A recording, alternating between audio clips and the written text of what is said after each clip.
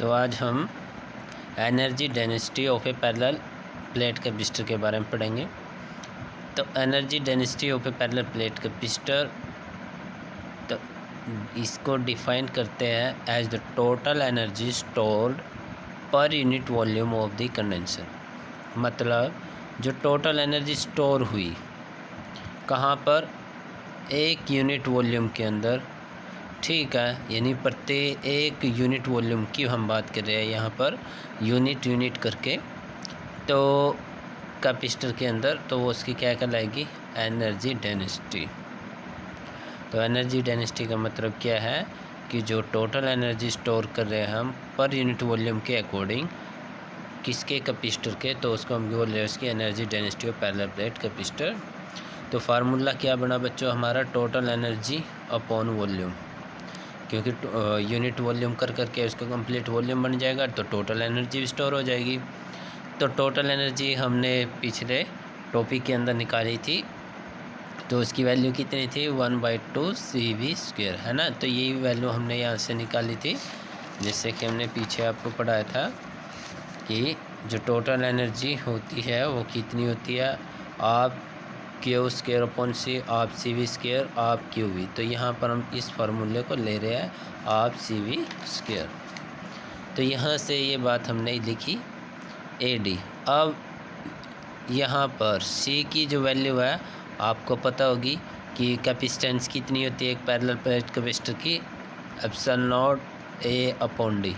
तो ये बात हमने पढ़ ली है और इसके बारे में हमें पता है कि उसकी कैपेसिटेंस कितनी होती है। उसके बाद V की बात करें तो यहाँ से कितनी होगी, E/d। इसके बारे में भी हम पहले पढ़ चुके हैं। तो इसकी वैल्यू कितनी होगी, V = E/d। तो यहाँ से V की वैल्यू भी आप रख दो बच्चों, यहाँ पर C की वैल्यू भी रख दो। तो C की वैल्यू हमने रखी ε0A/d और V की वैल्यू रखी E/d। तो यहाँ से A से A कैंसिल हुआ, E², D², और यहाँ से D है और एक और D, तो D भी कितने हुए, स्क्वायर हुए, और ये भी D²। तो D² से D² कैंसिल, ε0A। तो ये हमारी वैल्यू बची 1/2 ε0A = U। तो ये है energy density of a parallel plate capacitor. तो कॉमन पोटेंशियल की हम बात करेंगे। तो कॉमन पोटेंशियल क्या, when two capacitor charged to different potential. मतलब आपके पास दो कैपेसिटर है और उनका पोटेंशियल क्या है, डिफरेंट है। अब उनको कनेक्ट किया हमने बाय ए कंडक्टिंग वायर के साथ। मतलब जैसे ये दो कैपेसिटर, एक यहाँ पर एक यहाँ पर, और ये आपकी कंडक्टिंग वायर है, ठीक है। तो इसके साथ हमने उसको क्या कर दिया, कनेक्ट कर दिया। अब क्या है, डिफरेंट पोटेंशियल हमने बोला। तो डिफरेंट पोटेंशियल क्या है, मान लो ये हमारा C1 था और ये हमारा C2 था और इसको कनेक्ट कर दिया। अब इसका पोटेंशियल हायर था और इसका पोटेंशियल है वो क्या है, लोअर है। तो higher potential to lower potential की हम बात जैसे करेंगे, क्योंकि हमने पहले भी आपको बोला है कि जो पोटेंशियल की जो डायरेक्शन है वो क्या होती है, हायर टू लोअर, ठीक है। तो ये हायर टू लोअर की तरफ जाएगा। तो यहाँ से wire charge from one at higher potential to the other lower potential, ठीक है। तो यहाँ पर हायर पोटेंशियल से लोअर पोटेंशियल की तरफ वैरी करेगा। और कब तक वैरी करेगा, जब तक कि इन दोनों का पोटेंशियल इक्वल नहीं हो जाता। तो जब जैसे इन दोनों का पोटेंशियल है वो इक्वल हो जाएगा तो ये बंद हो जाएगा, यानी एक प्रोसेस पे पहुंच जाएगा इक्वल, यानी दोनों पर बराबर हो जाएगा। अब जो इक्वल पोटेंशियल की हम बात करें तो दोनों कैपेसिटर की, उसको हम बोलेंगे कॉमन पोटेंशियल, ठीक है। तो शुरुआत में बच्चों मान लो इसका V1 था और इसका कितना था, V2 था। तो हमारे पास कितनी वैल्यू हुई यहाँ पर, C1 V1, C2 V2, है ना। अब क्या हुआ जैसे ही ये कंप्लीट हुआ तो इनकी पोटेंशियल की वैल्यू क्या होगी, सेम, यानी C1 के पास भी V है, C2 के पास भी V है, यानी कॉमन पोटेंशियल हो गया ना बच्चों। तो अब आपके पास कंडीशन क्या बनेगी, C1V C2V। तो यहाँ से V कॉमन लेने के बाद आपके पास क्या आएगा, V कॉमन ले लिया यहाँ से C1 प्लस में C2 इंटू में V। तो V का जो फार्मूला होगा वो क्या होगा, C1 C2 C2V1 V2 upon में C1 प्लस में C2। तो ये बच्चों आपका कॉमन पोटेंशियल, ये तो हमने समझा है, आपने सिर्फ इतना ही लिखना है। तो total charge upon total capacity, capacitance of a parallel plate capacitor with A conducting slab. तो ये बच्चों हमारे इम्पोर्टेंट टॉपिक है, 2 टॉपिक है ये, लेकिन आज हम एक ही करेंगे यहाँ पर, वो किसका, कंडक्टिंग स्लैब का, और कल हम करेंगे डाइलेक्ट्रिक स्लैब के साथ इसको।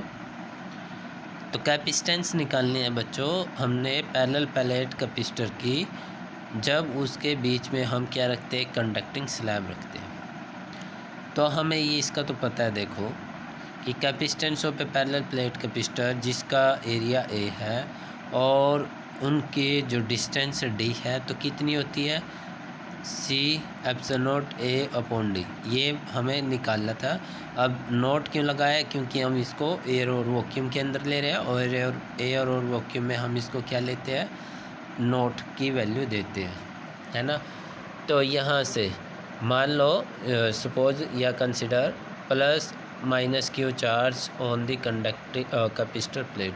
तो हमने कौन सा चार्ज दिया, प्लस माइनस Q, तो प्लस Q और माइनस चार्ज, ठीक है। तो ये इस तरीके से, और इसके बीच में हमने क्या रख दिया, कंडक्टिंग स्लैब। ये कंडक्टिंग स्लैब है, इसको जिसकी थिकनेस T है, और इन दोनों कैपेसिटर के प्लेट के बीच की डिस्टेंस कितनी है, D, जो कि ग्रेटर देन है T से। ये बात आपको अच्छी तरीके से पता होना चाहिए, इसके बराबर नहीं लेके जानी है, ना इससे बड़ी लेनी है ये, क्योंकि हमने कहा है कि इनके बीच में इंट्रोड्यूस करानी है आपने अपनी कंडक्टिंग स्लैब को।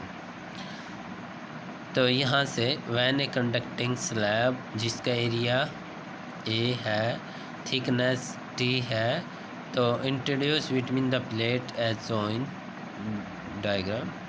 तो यहाँ पर आपने डायग्राम के अंदर दिख रहा है किस तरीके से हमने इंट्रोड्यूस किया।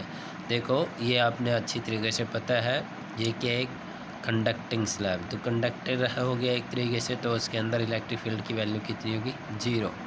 तो electric field interior of the slab की वैल्यू कितनी होगी, 0। तो इसका मतलब द यूनिफॉर्म इलेक्ट्रिक फील्ड अब किसके कारण बचा, तो ये जो स्पेस है इसके बीच का, और ये जो स्पेस है इसके बीच का, ये कितना स्पेस है बच्चों, ये T माइनस और D माइनस T है ना, क्योंकि ये स्पेस कितना बचा हमारे पास, ये कैपिटल D था, इसमें से T स्पेस को हम यदि हटा दें तो बाकी स्पेस बचेगा, तो इसका मतलब D माइनस T वो हमारे पास स्पेस है, और इसी के कारण ही यहाँ पर आपकी यूनिफॉर्म इलेक्ट्रिक फील्ड होगी, जिसको हम E नोट का नाम दे रहे हैं। क्योंकि इसको हटाने के बाद हमने इसको क्या बोला, एयर और वैक्यूम है, तो इसीलिए इसको नोट के साथ रिप्रेजेंट हम कर रहे हैं। तो यहाँ से तो uniform electric field E note now exist over ए डिस्टेंस, किस डिस्टेंस की हम बात करें, D माइनस T के लिए। So potential between the plates, तो इसके बीच का पोटेंशियल कितना होगा बच्चों, अब आपने पता है V क्या हमने यहाँ पर लिखा था, E इंटू D।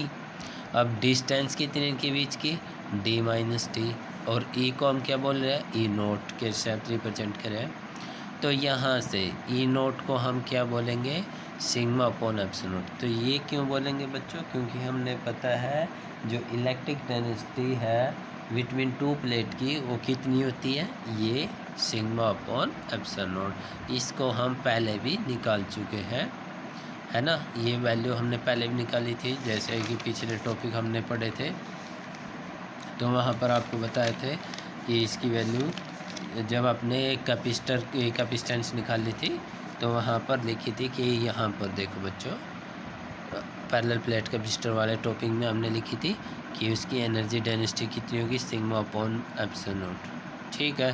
तो electric field between 2 plate separated potential gradient के ऊपर यहाँ पर लिखा है कि यदि सिग्मा सरफेस चार्ज डेंसिटी है प्लेट की तो इलेक्ट्रिक फील्ड कितनी होगी उनके बीच में, सिग्मा अपॉन एप्सिलॉन नॉट। तो यहाँ से हमने इसको लिया, तो इसीलिए हम कहते हैं कि जो फिज़िक्स के अंदर आपका हर टॉपिक इम्पोर्टेंट होता है, आपकी हर बात है वो आपको याद रखनी होती है, क्योंकि ये जैसे जैसे हम आगे बढ़ते जाते हैं तो पिछली बातों का हमें सहारा लेना होता है।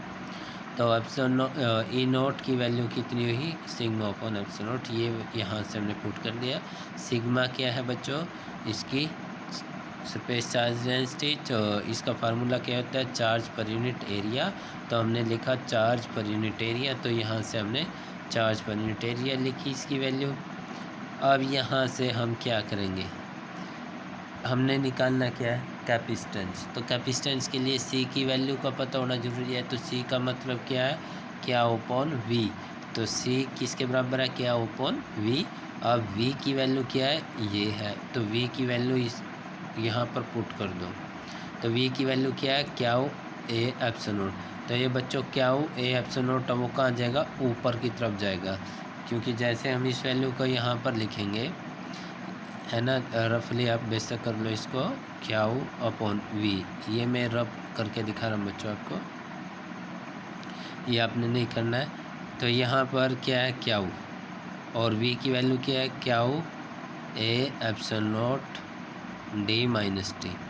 तो ये वाली वैल्यू है, ये कहाँ जाएगी, ऊपर जाएगी, ठीक है। तो ये हमने डायरेक्ट लिखा। अब चार्ज से charge cancel, A epsilon not upon D minus T. तो अब आपके पास बचा ए एप्सिलॉन नॉट। अब यहाँ से मैं डी को कॉमन ले रहा हूँ, डी मैंने कॉमन लिया, ए माइनस टी अपॉन डी। क्या क्यों लिया बच्चों ये, क्योंकि हमने शुरुआत में इस वैल्यू पर पहुँचना है। हमें पता है कि कैपेसिटेंस यदि एयर वैक्यूम में है तो उसकी वैल्यू कितनी है, epsilon not a upon D है, ठीक है। तो इसीलिए हम ये कॉमन ले रहे हैं। अब इसको हम क्या बोल सकते हैं, सी नोट बोल सकते हैं। तो ये हमारी वैल्यू किसकी है, सी नोट की, 1 माइनस टी अपॉन ये यहाँ पर ये बच्चों डी है।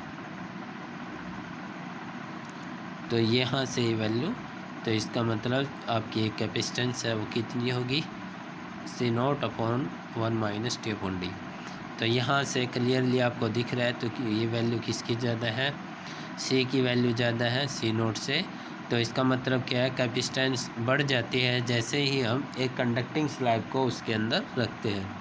तो इसका मतलब क्या हुआ बच्चों कि यदि हमने अपने पैरेलल प्लेट कैपेसिटर की कैपेसिटेंस को इंक्रीज करना है तो हम क्या कर सकते हैं, किसी कंडक्टिंग स्लैब को उसके अंदर रख सकते हैं।